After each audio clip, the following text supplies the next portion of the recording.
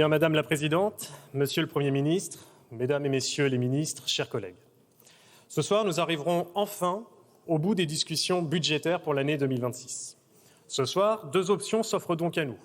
Ou votre gouvernement sera parvenu à imposer, contre toute raison budgétaire, contre tout sérieux comptable, contre toute ambition politique, un projet de loi de finances tout aussi mauvais que les précédents, c'est dire. Ou bien alors ce soir, parce que dans un ultime élan de dignité soudaine, de courage politique retrouvé et surtout de respect, je dis bien de respect de la volonté du peuple, une majorité de députés aura enfin pris la sage et nécessaire décision de vous arrêter, c'est-à-dire de vous censurer. 115 jours. 115 jours, souvenez-vous, chers collègues, nous séparent du dépôt de la première copie budgétaire de votre gouvernement ultra-minoritaire. 115 jours, c'est finalement le temps que vous avez estimé, Monsieur le Premier ministre, nécessaire pour user de la patience de chacun de nos concitoyens. C'est le temps qu'il vous aura fallu pour obtenir le soutien parfois assumé, parfois honteux ou même parfois planqué, mais soutien quand même, de chacun des députés qui ne votera pas ce soir la censure avec nous. En bon macroniste, vous avez fait finalement ce que vous savez faire de mieux, vous vous êtes joué des outils institutionnels qu'offre notre précieuse Constitution.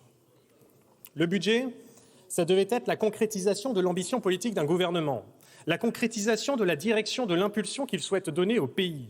Ça devait être bien plus, en réalité, qu'une simple gestion des affaires courantes de l'État avec la continuité de l'action publique. Le budget, c'est une trajectoire. C'est un horizon qui permet aux forces vives du pays, aux familles, à ceux qui produisent les richesses nationales, de se projeter vers l'avenir parce que justement cet avenir, il est clair, parce qu'il est défini. Le budget, ça devait être aussi ce moment, plus pour vous d'ailleurs que pour nous, mais le moment de vous racheter auprès des Français, en corrigeant les erreurs et les injustices que vos choix passés ont engendrées. Mais en bon macroniste, vous n'avez évidemment rien fait de tout cela. Le seul objectif que vous avez poursuivi mordicus, c'est d'empêcher le retour aux urnes, d'empêcher le retour devant le peuple et par la même occasion de sauver vos places. Sur cet objectif d'ailleurs, vous avez été rejoint par vos désormais supplétifs du Parti socialiste et des Républicains. Et pour cela, vous avez été prêt à tout, Monsieur le Premier ministre. Durant 115 jours, nous avons souffert, et les Français avec nous, de vous voir vous jouer des Français, de vous voir vous moquer des Français, et surtout de vous voir mentir aux Français. Il faut un budget, il faut un budget, il faut un budget. Mais pourquoi et quel budget? Cet impératif au budget à tout prix ne vous a pas permis de cacher sa nature réelle. Oui, Monsieur le Premier ministre, c'est un budget de défaite. C'est un budget de punition et de privation nouvelles. C'est un budget incompétent, fait par des incompétents qui, après avoir répété à longueur de plateau de télé « responsabilité, responsabilité, responsabilité », envoient quand même les comptes publics droit dans le mur. Et les semaines qui suivront, et le pire c'est que vous le savez vous-même, ne feront qu'accentuer cette réalité. Qu'avez-vous fait, par exemple, pour répondre à la crise sociale et à la crise du pouvoir d'achat dans notre pays? Absolument rien. Alors qu'un Français sur 4 est à découvert chaque mois. Votre seule réponse est d'augmenter les taxes sur les mutuelles, créer une nouvelle taxe sur les petits colis, aggraver le malus aux automobiles, raboter les allocations familiales pour plus d'1 milliard d'euros d'ici 2028, ou encore, dernière nouvelle, exclure les Français qui travaillent, et je pense en particulier à nos jeunes apprentis, de la possibilité de financer le passage de leur permis de conduire avec les comptes de leur compte personnel de formation, c'est-à-dire le CPF. Qu'avez-vous fait pour réduire drastiquement le coût abyssal de l'immigration dans notre pays, comme vous le réclament des millions de Français? Rien, absolument rien. Les chiffres sont tombés d'ailleurs. En 2025, les premiers titres de séjour délivrés ont explosé de 11,2%.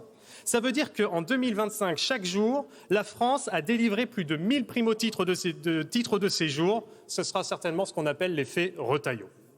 Et ne parlez pas d'une immigration nécessaire à notre économie, car outre l'indécence de ce discours qui fait de la comptabilité avec les corps et les esprits des autres, les titres délivrés pour motifs économiques ont, eux, reculé de 13% sur un an. En bref, on accueille toujours plus et ils travaillent toujours moins. L'effet Retailleau, sans doute.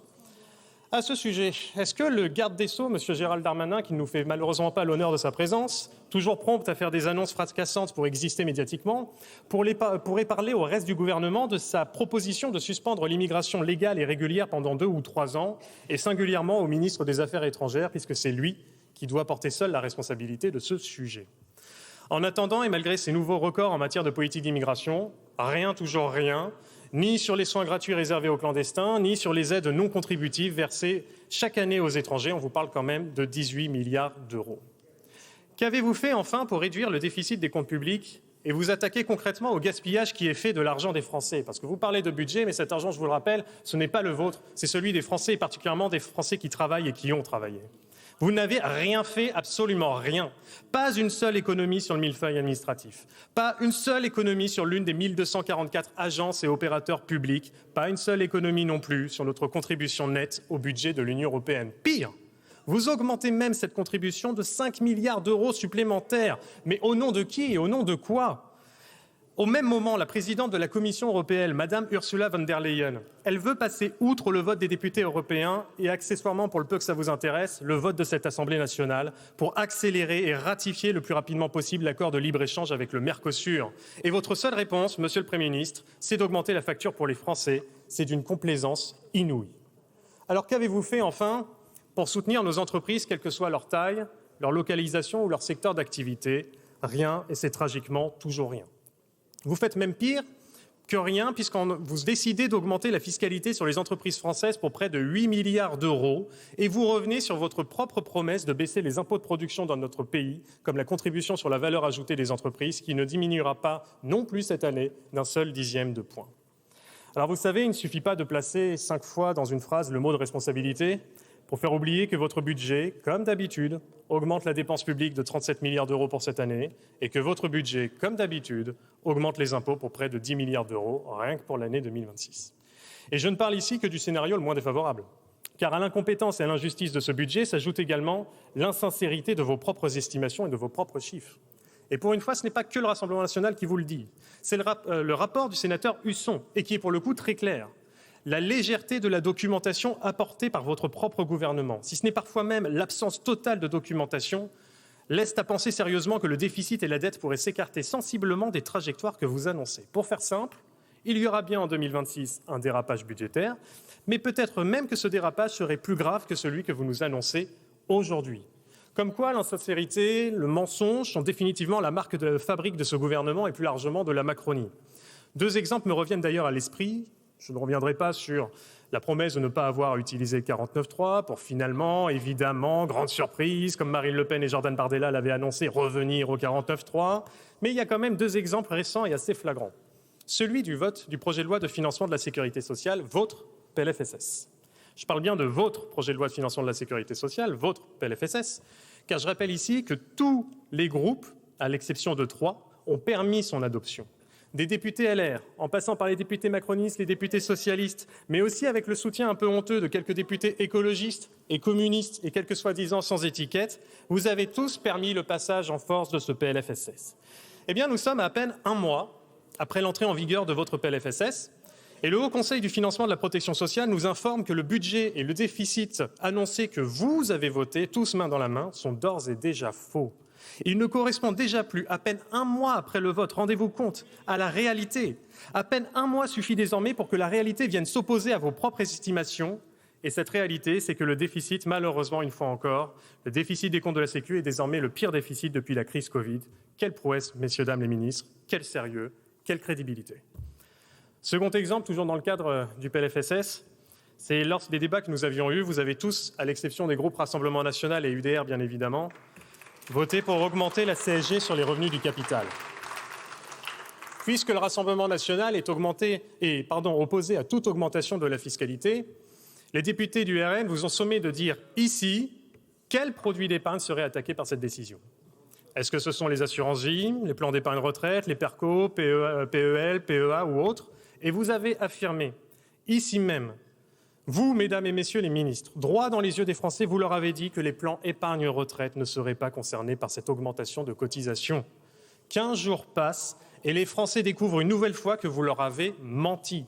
La CSG a bel et bien augmenté sur les plans épargne-retraite. Alors oui, nous n'avons pas confiance. Et comme des millions de Français avec nous, nous ne croyons plus un seul mot, un seul chiffre, une seule annonce, une seule promesse de votre gouvernement.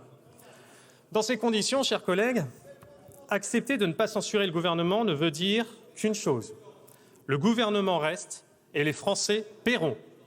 Vous savez, et je voudrais en finir d'ailleurs là, j'aimerais vous faire une petite confidence. Moi, j'en veux ici ce soir, peut-être moins, et c'est une première, au gouvernement et aux ministres assis ici et à sa minorité présidentielle, qu'à tous ceux qui ne censureront pas en connaissance de cause. Parce qu'il y a certes celui qui commet la faute, qui sait très bien qu'il commet la faute, c'est-à-dire le gouvernement, mais il y a aussi celui qui se tient à côté, qui le regarde faire, qui le laisse faire et qui, d'une certaine manière, même l'encourage à faire. Ne pas voter la censure ce soir, c'est plus qu'approuver le gouvernement macroniste. C'est l'accompagner, l'encourager et même, d'une certaine manière, y participer. Alors, je ne vais pas vous adresser ces mots qui vont suivre uniquement au nom du Rassemblement national, mais au nom des millions de Français qui espèrent le changement, et vous les connaissez.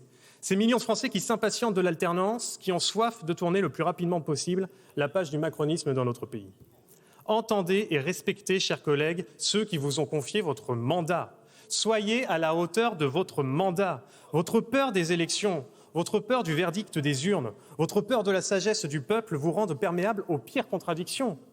Et je n'arrive pas à comprendre, du fond de mon cœur, je n'arrive pas à comprendre comment on peut se dire de droite, vouloir baisser la pression fiscale sur nos entreprises et malgré tout laisser faire un gouvernement qui augmente encore les impôts et fait payer en priorité la France qui travaille. Moi, je ne comprends pas et je ne suis a priori pas le seul à ne pas comprendre, étant donné la sanction électorale infligée à LR ce dimanche, hier, dans la 3e circonscription de Haute-Savoie. Et je salue par la même occasion la victoire de notre désormais collègue Antoine Valentin, élu à près de 60% des voix au second tour face au LR. Je n'arrive pas à comprendre non plus comment on peut se dire de gauche, être tantôt socialiste ou écologiste ou communiste ou ce que vous voulez, et laisser faire un gouvernement qui s'apprête à supprimer 4000 postes dans l'enseignement, 4000 postes d'enseignants, je ne comprends pas. Comment peut-on être, et je ne parle pas uniquement d'ailleurs à la gauche, un député, un élu attaché à son territoire et accepter qu'avec ce budget, on ferme, on supprime de nouvelles classes et de nouvelles écoles chez soi. Je m'adresse d'ailleurs particulièrement aux élus de la ruralité. J'en connais quelques-uns, y compris dans mon département des Vosges, et qui hésitent encore sur leur vote pour la censure. Vous connaissez mieux que quiconque l'importance d'une école, qu'elle soit maternelle, primaire ou les deux dans la vie de nos villages. Vous savez mieux que quiconque que lorsque l'école ferme, c'est aussi l'association des parents d'élèves qui s'arrête et avec elle tout cet engagement profondément humain, tout cet engagement de femmes, d'hommes, de parents qui ne comptent pas leurs heures en dehors de leur vie professionnelle et de leur vie familiale pour accorder ce temps si précieux dans l'organisation de la moindre petite fête, ce moindre moment de rencontre et de partage essentiel à la vie de nos villages. Alors comment pouvez-vous accepter de laisser faire un tel gouvernement ? Je ne le comprends toujours pas et vous savez vous-même, parce que vous les entendez dans votre propre circonscription, que des millions de Français pensent exactement la même chose. Alors un peu de courage, indépendamment des étiquettes, des divergences, des appartenances et des parcours politiques de chacun, pour une fois, faisons fi de tout cela, pensez à l'intérêt national, pensez au bien commun. Si vous estimez être un bon député, un député utile à votre territoire et à ceux qui vous ont fait confiance, si vous avez le plus haut respect et la plus haute estime pour la démocratie dans notre pays, alors vous n'avez aucune raison de vous inquiéter de la dissolution. La dissolution, c'est l'espérance. L'espérance de donner aux Français 1 an d'avance à l'alternance. Alors oui, on peut faire autrement, sans excès, sans drame, pour peu que l'on fasse confiance au peuple français. Laissez, chers collègues, le peuple donner à la France une majorité nouvelle. Laissez le peuple s'exprimer à travers de nouvelles élections. Laissez le peuple choisir un gouvernement légitime, c'est-à-dire la première condition au retour de la puissance dans notre pays. Laissez le peuple décider par lui-même, et pour cela, censurer. Je vous remercie. Je vous remercie, monsieur le député.